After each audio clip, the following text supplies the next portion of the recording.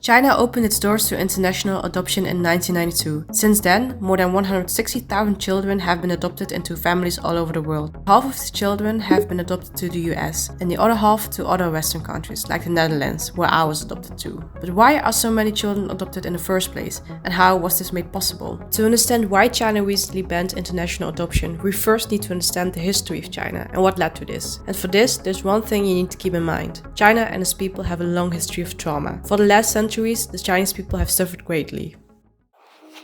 Hi, I am a Chinese adoptee. Recently, I found my birth family in China. I got the chance to meet them and to understand why I was given up. I got the answers, but I also started thinking, why was I given up in the first place? Is there a bigger picture that I still have to understand and see? Is there more to learn about the country that was once my home and learn about the circumstances in those times? I thought I already knew a lot about China, but as I dove deeper into its history, I soon understood that I still had so much to learn about why so many children, including me, were adopted internationally.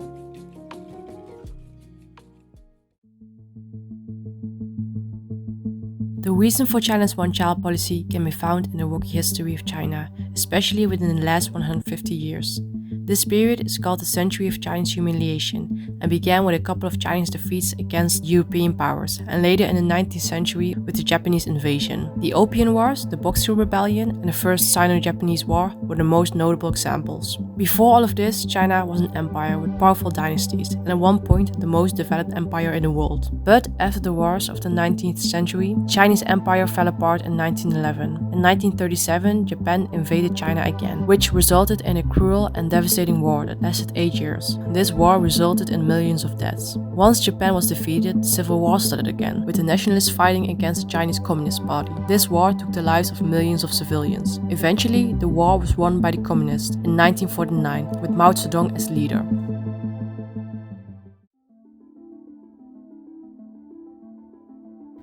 The Communist Party wanted to quickly transform China from a poor agricultural nation to a well-developed rich one. To do this, Mao Zedong launched a new economic and social campaign called the Great Leap Forward, which started in 1958 and ended in 1962. Several policies were implemented to reach the goals set by the Communist Party. One of the biggest changes was the ban on private farming, which was now collectivized. Mao thought steel and grain were the key factors in becoming an economic world leader. Factories were built everywhere. During the Great Leap Forward, millions of Chinese became state workers. This caused a shortage of farmers. These policies, combined with droughts and floods, resulted in a massive food shortage in the countryside. This campaign is known to be one of the most controversial political campaigns in Chinese history, and much can be said about the consequences of it. Even in China, it is generally considered a failure. Eventually, the Great Leap Forward resulted in a massive famine which lasted from 1959 to 1961. It is known to be the worst famine to have occurred in recorded history. While governments reported some 50 million deaths, experts agree that the death toll was higher, with numbers ranging anywhere from 20 to 50 million deaths.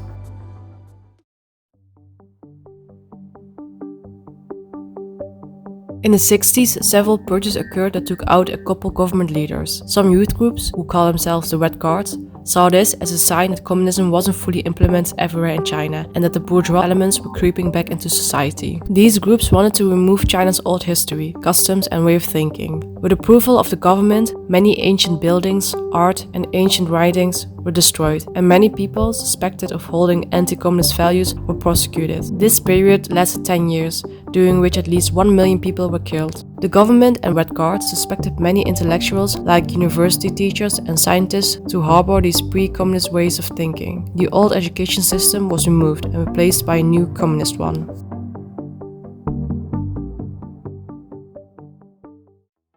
When the Communist Party first came to power, they promoted the idea that women should have many children. Contraceptives were banned. However, in 1954, this policy was reversed because of China's fast-growing population. China feared that it would not be able to feed its population. As a result, a propaganda campaign was launched in 1971 that hoped to convince many people to have fewer children. It was called Wan Shi Xiao campaign, meaning later, longer, fewer. The main policies of this campaign included delaying the age of marriage to 23 for women and 25 for men, having a longer time between births, a minimum of 4 years, limit the amount of children a couple could have to 2. Breaking these rules didn't have severe consequences yet. The later, longer, fewer campaign did have a small effect. However, the population still grew too fast for China to support itself with food and materials.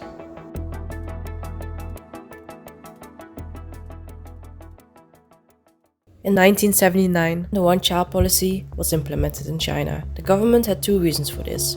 Firstly, they feared that there would be an overpopulation crisis resulting in another great famine.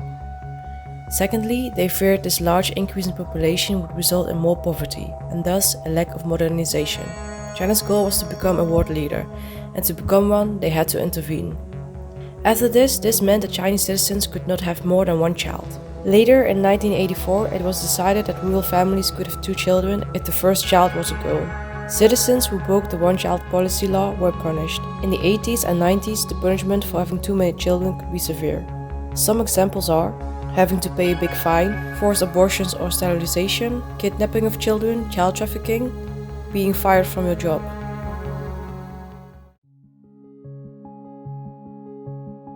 Because of the one-child policy, many parents decided or were forced to either abandon or give away their child. Sometimes the child was given to an orphanage, though, of course, it wasn't a real orphan. This created an overflow of children in orphanages. Many of these children would be either adopted domestically or would grow up in these orphanages. In 1992, China opened its borders to international parents who wanted to adopt a baby. It is estimated that roughly 160,000 Chinese babies were adopted internationally from 1992 to 2024. The peak in the number of children who were adopted internationally was in 2005. Afterwards, the number dropped quickly. The children who were given away and were adopted are overwhelmingly girls. There are multiple reasons for this. The tradition of favoring boys over girls can be traced back to thousands of years ago, related to the Chinese patriarchal society. In this society, it is the man who carries on the family name, who takes care of his parents, and who is the main source of income. Meanwhile, girls who set out to marry would take on the husband's family's name, move in with the parents-in-law, and would most likely not see their own parents again. Despite efforts of the Communist Party to promote equal rights for women in economic and social areas, the ancient values were often rooted too deeply and thus resulted in Chinese parents giving up their daughters. This resulted in an imbalance in the amount of men and women. In 2005, the gender ratio in China had climbed to 120 male births per 100 female births. Nowadays, there are tens of millions more men than women in China. The one-child policy was successful and slowly China's population declined. However, another effect of the one-child policy is that fewer young people can take care of the growing number of elderly people. The Chinese economy would be impacted as well, because fewer births means a smaller amount of workers. So it was decided that the policy would need to change. At first, in 2015, the policy was changed so every family could now have 2 children. After that, in May 2021, the number was changed into 3 children. And finally, in July 2021, the family planning committees were stopped and people were allowed to have as many children as they wanted. China has even started offering monetary incentives to couples to have more children, all in vain. Birth rate in China has been decreasing for years, with 2024 reaching an all-time low. In 2024, China stopped all international adoptions permanently. There are many political and social reasons as to why China stopped this, but this is not a political video. My opinion is this. China is not the same as it was 30 years ago. In a span of less than 50 years, it changed from being a third world country to one of the most important economic and technological leaders in the world. It does not need and want help from foreigners to take care of its citizens. Though it might be a small number, China can also not afford to give away its people, while it struggles with its low birth rate.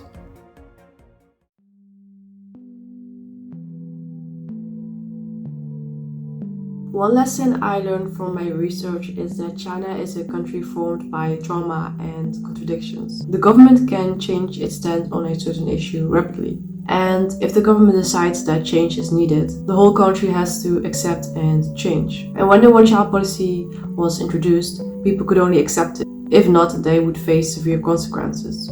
There was no room to doubt the policy. It was needed to save the nation. And it did save the nation. It did curb the population growth. It did help prevent another famine. It did help to reduce national poverty. And slowly China turned into a modern nation. But for what price?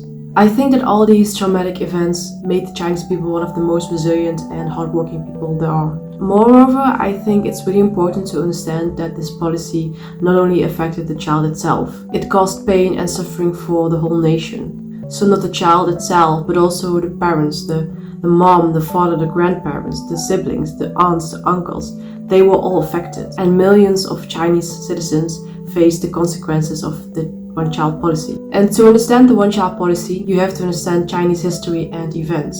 And only when you understand this, only when you understand what happened before the law was implemented, you are able to connect and interlink the events that led to the one-child policy. Another thing that I learned on my previous trip to China is that a lot of Chinese citizens are not aware of international adoption. They don't know the concept of international adoption. And there's a lack of information because adoption in general is taboo. Not many people talk about it, so they don't know about it. However, in recent years, it has slowly become more acceptable to talk about it. Of course, because the law got banished, but also because of social media, because people are sharing their search, are sharing what happened, and because of advanced technologies. It's now easier to spread your message and to find long-lost relatives. Another lesson I learned is that you can never judge someone if you have never been in the same circumstances as that person under those times. You don't know if you would have done the same. After diving deep into China's history and learning about what really happened, and connecting this to what led to my parents' decision and their situation, I learned that they were also victims of the policy. And I don't feel anger, I don't feel bitterness, I don't feel hate. The only thing I feel is empathy. And I think that is something the world needs more of. Empathy.